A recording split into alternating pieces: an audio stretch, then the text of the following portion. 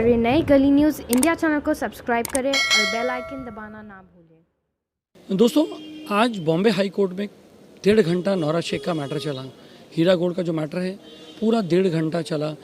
एक जज साहब ने जो है क्वेश्चन आंसर सेशंस किया, बहुत ही स्मार्टली जज साहब ने पूरा जो मैटर है वो 1.5 घंटे के अंदर क्वेश्चन आंसर सेशन में, चाहे वो नौरा शेख के एडवोकेट हो या फिर अपोजिट पार्टी के जो कंप्लेनेंट है उनके एडवोकेट है कैसे हो या पीपी से हो, जज ने सिर्फ क्वेश्चन आंसर्स करके, सवाल करके और पॉइंट्स लिखे। हम आपको पूरी प्रोसीडिंग्स के बारे में अगले एपिसोड में बताएंगे कि थोड़ा समझने में ज़रा वो है। मैं जब तक के लिए बात करते हैं शहजाद नकवी से, जो इंटरवेन किए थे उन्होंने।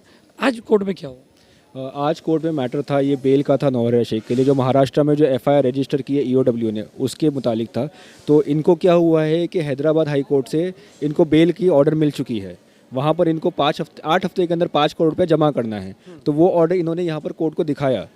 तो हमने कोर्ट को ये दिखाया कि वहाँ पर जो मैटर था उसमें कंपनीज एक्ट के जो अलग अलग कायदे हैं उसके हिसाब से उन पर एफआईआर रजिस्टर हुआ था, और इसीलिए वहाँ पर एसएफआईओ को बोला गया है कि आप पूरा इन्वेस्टिगेट करिए, और पुलिस का पावर को कर्टेल कर दिया गया है, और इसी के बेसिस पर उनको वहाँ पर बेल मिला था। तो हमने बताया कि जो महाराष्ट्र में जो एफआईआर रजिस्टर हुए, ये सारे एफआईआर जो हुए ये इंडियन पीनल कोड और जो एमपीआईडी के सेक्शन 3, 4 और 5 है उसके अंदर हुआ है। तो उसका और इसका कोई ताल्लुक नहीं है। और दूसरी वहाँ पर भी तो दूसरे रेलेवेंट आईपीसी सेक्शंस में भी हुए थे, तभी तो ताबेदार है, तभी तो बेल हो रही है ना। जी, बात बराबर है, लेकिन जो ऑर्डर जो आपकी ये बात जो है वो थोड़ी गलत साबित हुई। खाली एसएफआईओ क्या उसमें कंप्लेंट थी और आईपीसी में नहीं था, तो जैसा आपने ये भी देखा दोनों में था, लेकिन ऑर्डर में कहा था कि भाई वहाँ पर सिर्फ एसएफआईओ में है और आईपीसी के तहत कोई कार्रवाई नहीं हुई। नहीं, हमने बोला कि कंपनीज एक्ट भी है और इंडियन पीनल कोड का 406, 420 ये भी है। लेकिन वहाँ पर कोर्ट का ये कहना था कि क्योंकि जो कंपनीज एक्ट है ये सेंट्रल गवर्नमेंट का है, तो स्टेट गवर्नमेंट के जो लेजिस्लेशन है, जो उनका इन्वेस्टर का कानून है, उसके ऊपर है सेंट्रल का कानून, और जो भी वहाँ पर इन्वेस्टिगेशन होगी वो एसएफआईओ करेगी। और यहाँ पर जो महाराष्ट्र में है जिन्होंने एप्लीकेशन ही फाइल किया, इसमें एसएफआईओ का कोई रोल नहीं है। यहाँ जो एफआईआर रजिस्टर हुई है उसमें कंपनी एक्ट का कहीं जिक्र ही नहीं है। तो वो अलग फुटिंग पर थी और दूसरे अलग फुटिंग पर थी। तो जज साहब ने पूछा आपको अल्टीमेटली पैसा चाहिए, उनको पार्टी नहीं बनाया एसएफआईओ को, यहाँ पर महाराष्ट्र में आपने कहा है जी। और कंपनीज एक्ट का एफआईआर में यहाँ कोई जिक्र ही नहीं है, खाली एमपीआईडी का है और आईपीसी का है, और हैदराबाद में एमपीआईडी का था और कंपनीज एक्ट का था, तो वहाँ अलग थी। तो जज साहब ने बोला कि आपको अल्टीमेटली पैसा चाहिए। हमने कहा पैसा चाहिए, लेकिन हमको भरोसा नहीं, कि उन्होंने एफिडेविट में बोला कि हम 16 महीने पैसा देंगे। अब इंसान के अगर पैसा है, ये बोलते हैं कि हमारी जो एक अपन आर्ग्यूमेंट में बाद में जाते हैं, पहले कोर्ट का क्या इंटरप्रिटेशन करेंगे, कि थोड़ा सा जरा कंफ्यूजन चीज चल रहा है। जी बिल्कुल, कोर्ट का कैसे इंटरप्रिटेशन है, कोर्ट का ये देखना है कि इन्वेस्टर्स तक पैसा जाए। कौन से इन्वेस्टर्स? जिन्होंने इन्वेस्ट किया है, जो कौन से इन्वेस्टर जो सर्टिफाइड लिस्ट में आएंगे ना, जो कोर्ट के सामने जो आए हैं, जिन्होंने कंप्लेंट की और जिन्होंने कंप्लेंट नहीं की, सबका। जी देखिए, 2 चीज़ें होती है। एक तो होता है फर्स्ट इन्फॉर्मेंट जिसने एफआईआर रजिस्टर की है, और दूसरा उन लोगों ने जिन्होंने स्टेटमेंट दिया जाकर के ईओडब्ल्यू के पास। उसके बाद क्या होता है ना, एमपीआईडी का उनके लिस्ट ऑफ इन्वेस्टर्स बनती है। अब जो जिसका नाम रहेगा लिस्ट ऑफ इन्वेस्टर्स में, उसको फंड्स डिसबर्स किए जाएंगे। डिसबर्स मतलब दिए जाएंगे। अगर आपका नाम इन्वेस्टर लिस्ट में नहीं है तो आपको कोर्ट जाकर के एप्लीकेशन करना पड़ेगा, ताकि आपका नाम इन्वेस्टर्स में है, जो भी डॉक्यूमेंट्स रहेंगे वो दिखा करके। तो ये प्रोसेस है एक। तो अभी कोर्ट ने क्या बोला? 29 तारीख की जो डेट दी गई है, क्या क्या कह के? हाँ, यही देख करके दी गई, क्योंकि हमने ये बोला था कि 16 महीने, इन्होंने बताया 16 महीने बहुत होते हैं। अगर इनकी मतलब ईमानदारी है तो ये जेल में रह करके भी इतने महीने से एप्लीकेशन पेंडिंग था, ये तभी भी दे सकती थी। और इनका अभी भी बैंक में 21 करोड़ रुपया है, सीज किया है गवर्नमेंट ने। तो कोर्ट ने भी ये माना है, इसको बोला है कंप्लेनेंट के, नौरा शेख के एडवोकेट को, कि जो 21 करोड़ का अमाउंट है ये हम रिलीज़ करवाएंगे और जो इन्वेस्टर्स हैं ना उसको दिए जाएंगे। तो ये इन्वेस्टर्स के लिए खुशखबरी है कि पैसा आना शुरू हो जाएगा। और दूसरी चीज़ ये है कि बेल अभी तक ग्रांट हुई नहीं है। अभी इसमें आगे ये है कि जो स्टेट के जो पब्लिक प्रोसिक्यूटर है उनको ये बोला गया है कि आपने जितनी जितनी प्रॉपर्टीज़ अटैच की है, जो पब्लिक प्रोसिक्यूटर को जरा प्रिपेयर्ड नहीं लग रहे थे, कोर्ट बहुत नाराज थी उनसे। नहीं, अब वो ये बोल रहे थे कि आयो टाइम पर नहीं आए थे, फिर जब आयो आए थे तब उनसे इंस्ट्रक्शंस वो ले रहे थे। उससे भी अमाउंट्स वगैरह कुछ मालूम नहीं था पीपी को, और ना ही कुछ। जज साहब थोड़ा सा जरा नाराज दिख रहे थे उनसे, क्योंकि ना ही उनको कुछ पता था, ना ही कितने की कंप्लेंट है, ना ही कुछ पता। ऐसे लगता कि ऐसे ही आ गए। नहीं, नाराज़गी की बात नहीं है, कोर्ट को जवाब चाहिए रहता है। जब कोर्ट को जवाब नहीं मिलता है तो कोर्ट सोचती है कि जब जवाब नहीं है तो हम कैसे फैसला करें।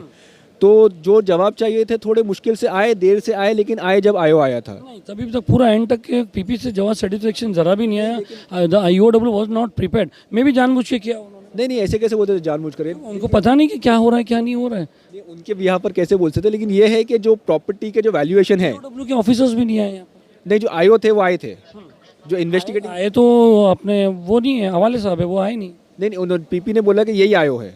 अब कौन आयो है, क्योंकि देखिए अलग अलग जगह पर आयो, ये तो थाने को लेकर के था, निज़ामपुरा वाला जो मैटर था ये थाने को लेकर के था, तो ये वहाँ के आयो होंगे, यहाँ वाले नहीं है। देखिए स्टेट में अलग अलग जगह FIR। बात बताइए शहजाद भाई, ये जो पूरा जो मैटर बात चल रही है, ये सिर्फ आपके क्लाइंट कौन से पुलिस स्टेशन में? हमारे क्लाइंट एक तो थाने वाले में भी है, और दूसरा यहाँ जो मुंबई सेशंस कोर्ट में, इसमें भी ये जो बात हो रही है सिर्फ जो थाने और इसकी बात है, ओवरऑल इन्वेस्टर्स की बात। जो मैटर था ये बेल वो FIR में लेना चाहते हैं जो थाने में रजिस्टर हुआ है FIR निज़ामपुरा में, ये उसके मुतालिक था, क्योंकि इनकी और भी अलग अलग FIR है, उसमें भी इनको बेल लेना पड़ेगी। ये खाली एक थाने के मैटर को लेकर के आज का मैटर था ये। अच्छा, तो ये सिर्फ थाने का, यानी जो कुछ होएगा सब थाने का ही को होगा। लेकर के होएगा। कितनी करोड़ की कंप्लेंट बताई है उसमें? देखिए इन्होंने क्या बताया ना, इनका टोटल जो है 34 करोड़ रुपया बकाया है, और इन्होंने बोला है कि इनके जो पूरे एसेट्स है इमूवेबल और मूवेबल निकाल करके 44 करोड़ है।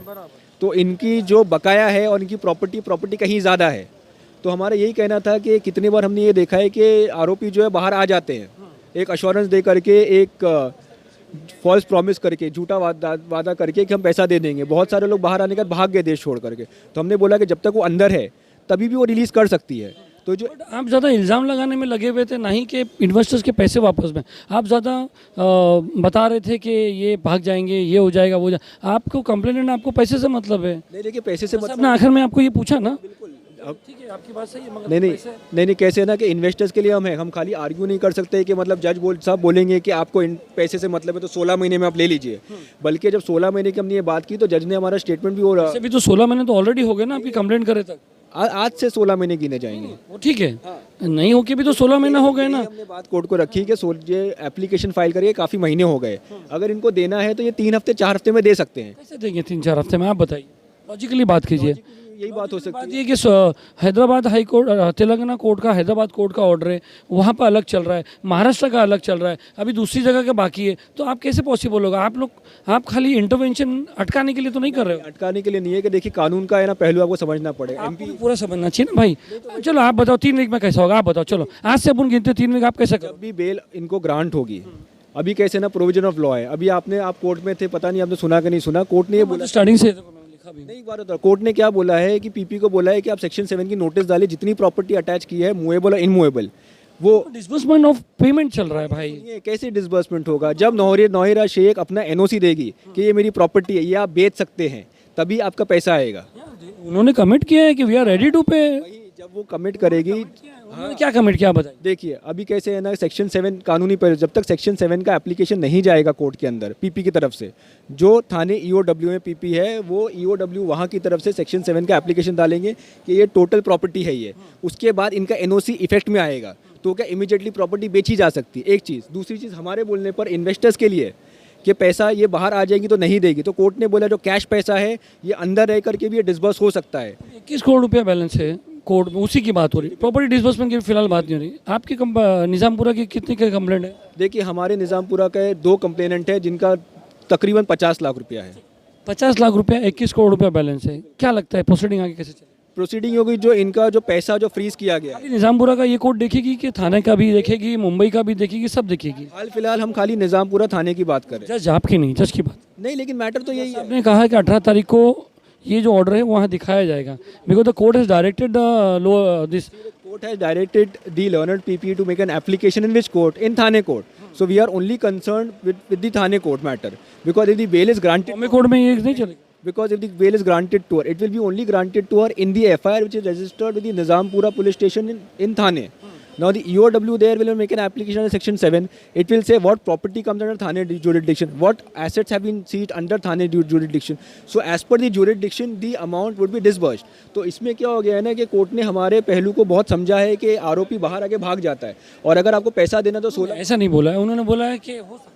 हाँ तो हो सकता है, मतलब माना है, हाँ मतलब हमने एलिगेशन नहीं लगाया, लेकिन हमने कहा हमारा एप्रीहेंशन है। कोर्ट का प्रिजुडाइज इतना कर दिया माइंड, तो फिर तो होगा ना। प्रेजुडाइज करने की आपने कहा कि आपने वो पुरानी बात निकाल दी कि हैदराबाद के कोर्ट के बाहर बाउंसर लोग ने ये किया, वो तो पुरानी बात है। नहीं, पुरानी बात नहीं है, वो जुडिशियल ऑर्डर है। एक होता है कि पता है हम हवा में बात करते हैं, पता है मगर वहाँ पर नौरा शेख के एडवोकेट को आपको क्रॉस करना चाहिए था। हम सॉरी टू से उन्होंने क्रॉस नहीं किया, उनको ये भी बताने गया था उनके एडवोकेट विनीत टांडा के ऊपर भी ये हुआ था। नहीं, देखिए क्या होता है ना कि They have not made it. We are talking about a bail application.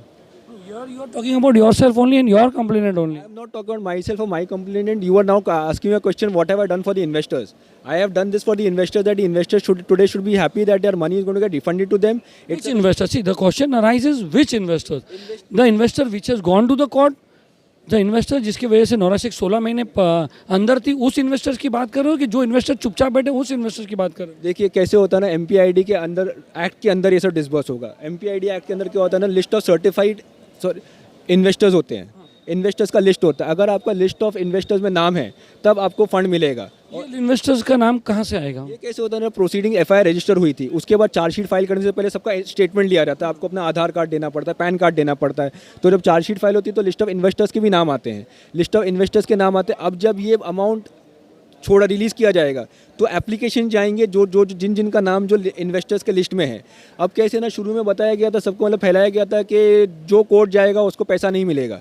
तो अब जो लोग ऐसी खाली हवा वाली बातों में आ गए हैं, अब वो अपना देख सकते हैं। बाकी अभी भी कानून है, आपको जो भी कानून के हिसाब से जाना है। यानी कि जो इन्वेस्टर्स अभी ने कंप्लेन किया उनकी ही बात चल रही है अभी सिर्फ। हम कानून की बात करें ना, जो डिस्बर्स भी होगा वो एमपीआईडी एक्ट के अंदर होगा। आप भी सिर्फ अपने क्लाइंट की, 2 क्लाइंट की बात। हम क्लाइंट के लिए आए तो क्लाइंट के लिए बात करो, लेकिन हमने खाली अपने क्लाइंट के 50 लाख की बात नहीं की। अगर 50 लाख की बात होती तो हम सेटलमेंट की बात भी कर सकते थे कि हमको 50 लाख दे दो, हमको ऑब्जेक्शन नहीं है।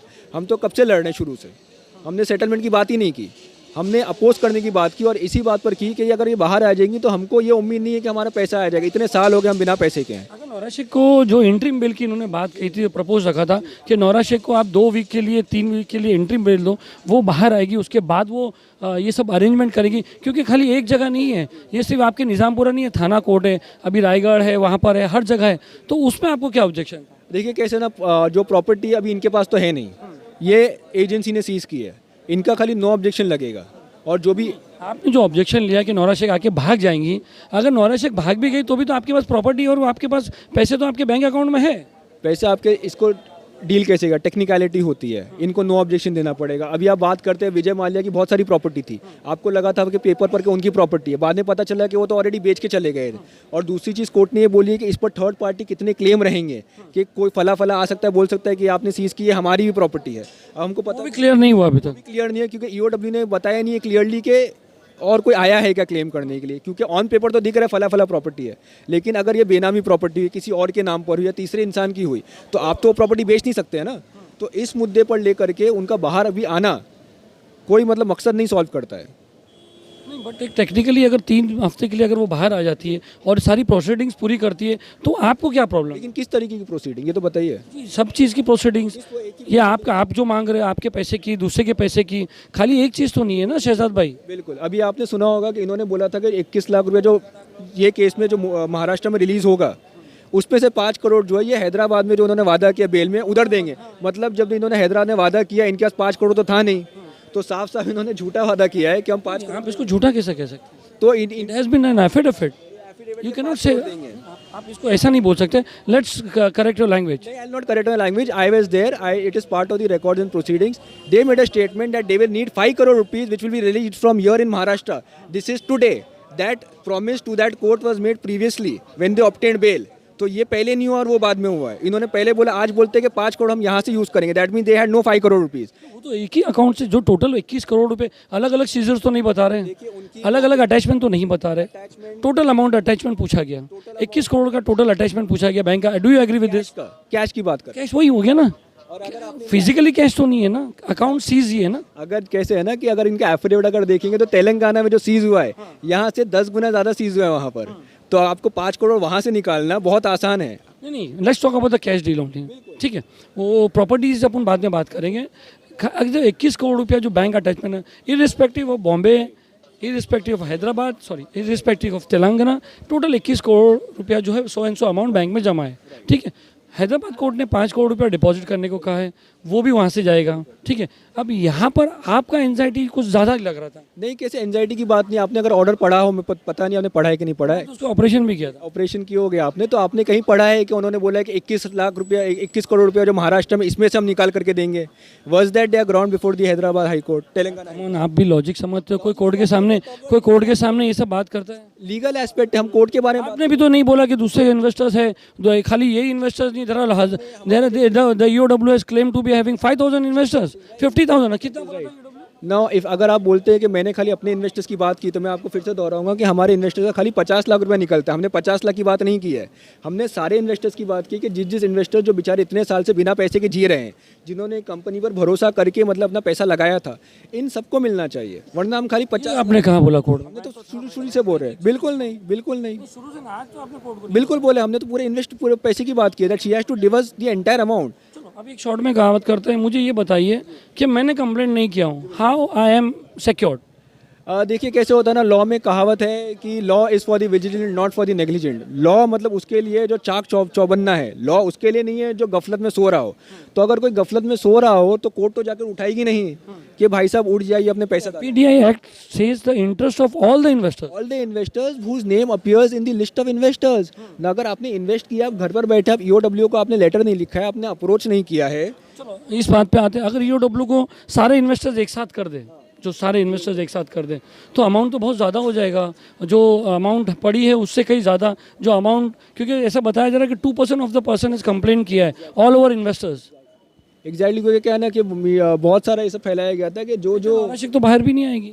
नहीं, वो तो अब देखिए, ये तो हाइपोथेसिस हो गया, लेकिन ये शुरुआत कैसी हुई इससे कि जो भी कोर्ट जाएगा उसको पैसा नहीं मिलेगा, तो लोग जो आगे बात। राइट, आपकी इस बात को मैं एग्री करता हूँ कि सिर्फ और सिर्फ अभी जो इन्होंने कंप्लेंट किया उसी की बात हो रही है, बाकी सब नौरा शेख के भरोसे।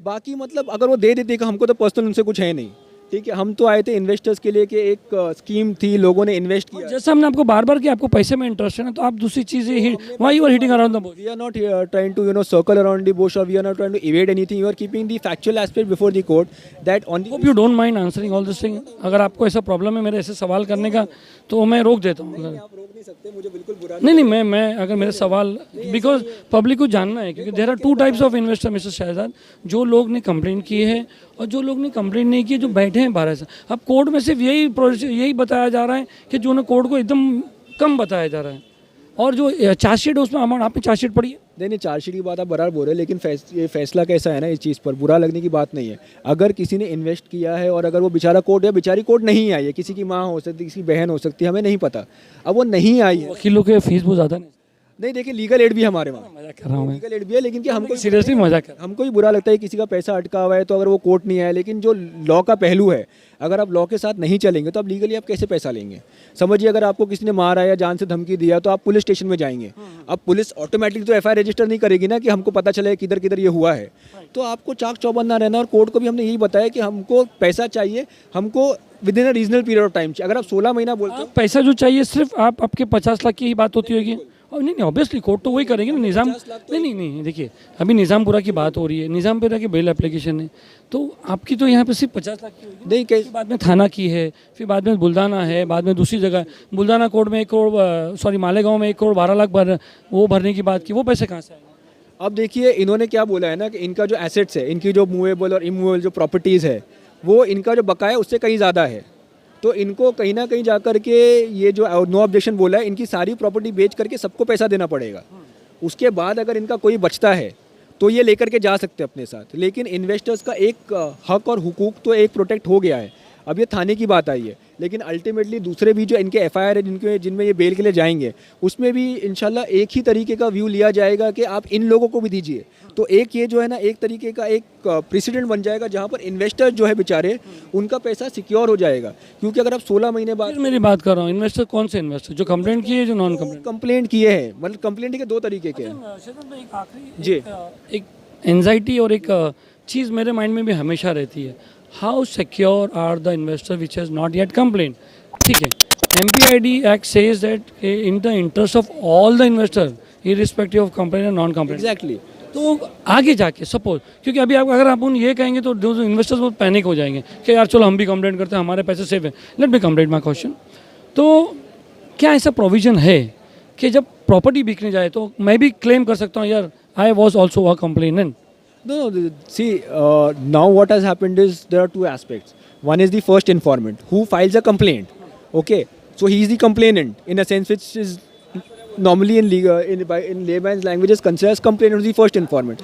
Now my investors are not the first informant. They are not the complainants. But in due course of time when they approached me, हमने उनको ये बोला कि you go before the EOW, you give your statement. मैं simplify बहुत simplify करके बात करते हैं कि अभी अगर मैं ऐसा कहूँ, अगर आज मैं ऐसा कहता हूँ ऑनलाइन पे कि जिन्होंने कंप्लेंट किया कोर्ट उसके बारे में सोचिए, this is the fact, this is the fact, you cannot deny, I cannot deny. सब जगह ये बात कर रही है कि जो जिन्होंने कंप्लेंट किया उसके बाद, इससे एक पैनिक सिचुएशन पैदा हो जाएगी।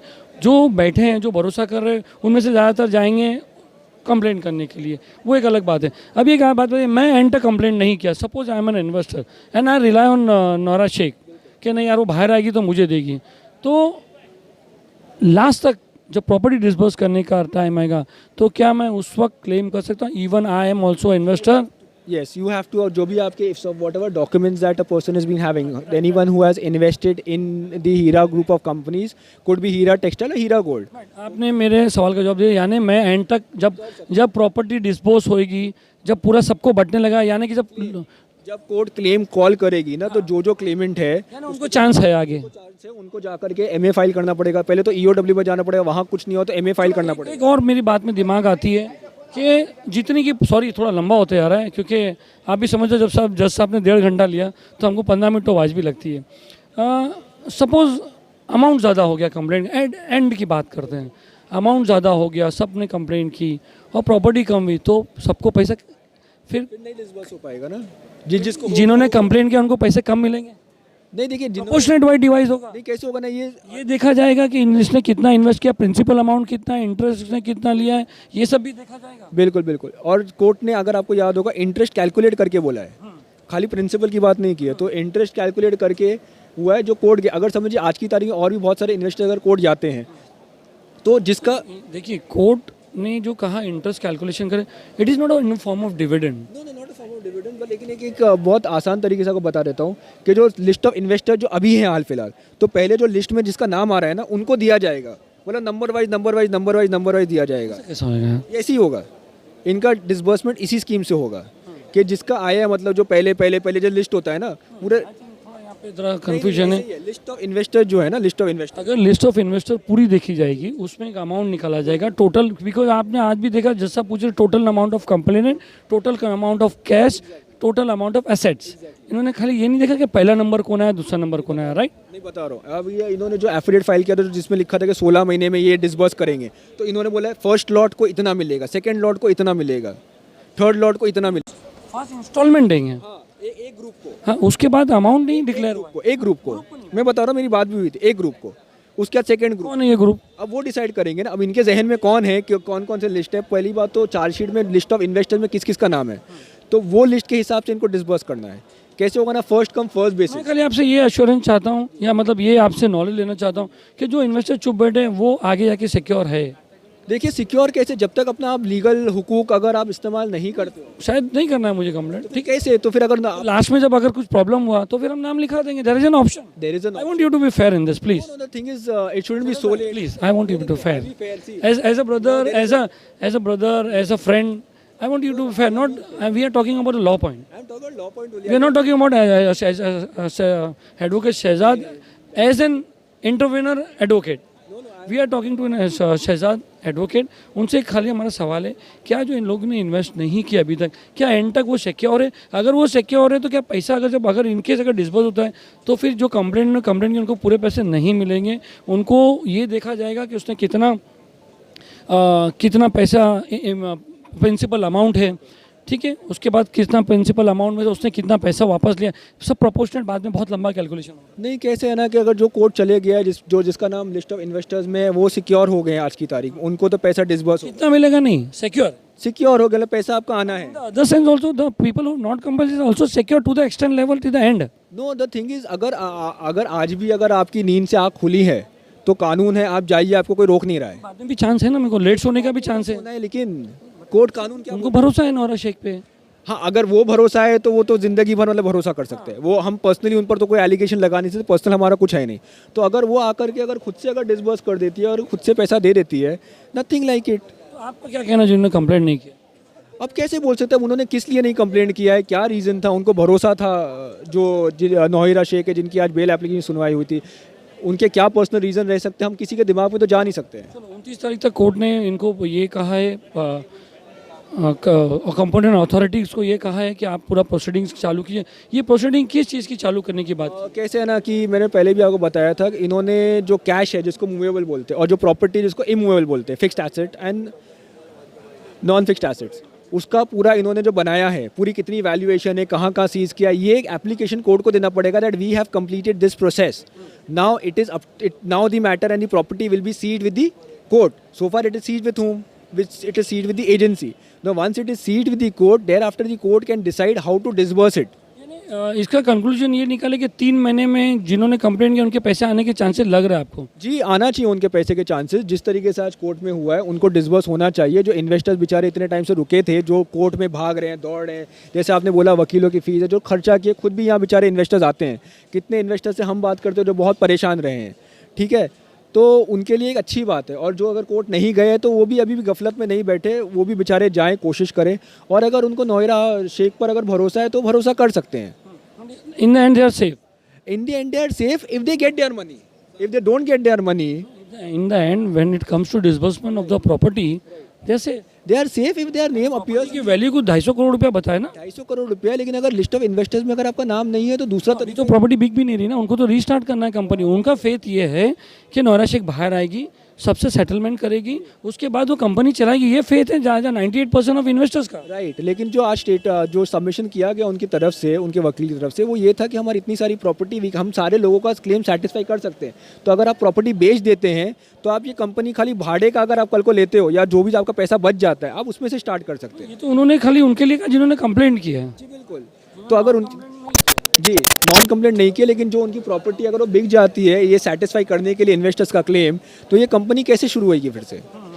इनकी प्रॉपर्टी नहीं रहेगी ना, कैश नहीं रहेगा, प्रॉपर्टी नहीं रहेगी। अच्छा, एक बात और था कि द एडवोकेट जो है नौहिरा शेख के, they were incline to pay and come out. No, it is they were saying that we granted interim bail. Start में कहा कि हम भरने को तैयार है, कितने 34 करोड़ रुपया हम टोटल महाराष्ट्र के पैसे भरने को तैयार है, बट फ्रॉम दी प्रॉपर्टीज, वही बात बता रहा हूँ आपको। अब वो स्कीम एज पर जो उन्होंने बोला 16 महीने के अंदर हम देंगे, तो वो 16 महीने पर ही टिके हुए थे। थैंक यू शहजाद भाई फॉर बीइंग सो फेयर। आपको बुरा नहीं लगा? बुरा क्यों लगेगा? Thank you for being so fair, thank you very much. दोस्तों, तो थोड़ा सा अभी बहुत है इसमें। 29 तारीख को पूरा कोर्ट को लिस्ट देनी है, उसके बाद देखते हैं 18 तारीख को यहाँ पर EOW का मैटर है मुंबई कोर्ट में, उसके बाद देखेंगे।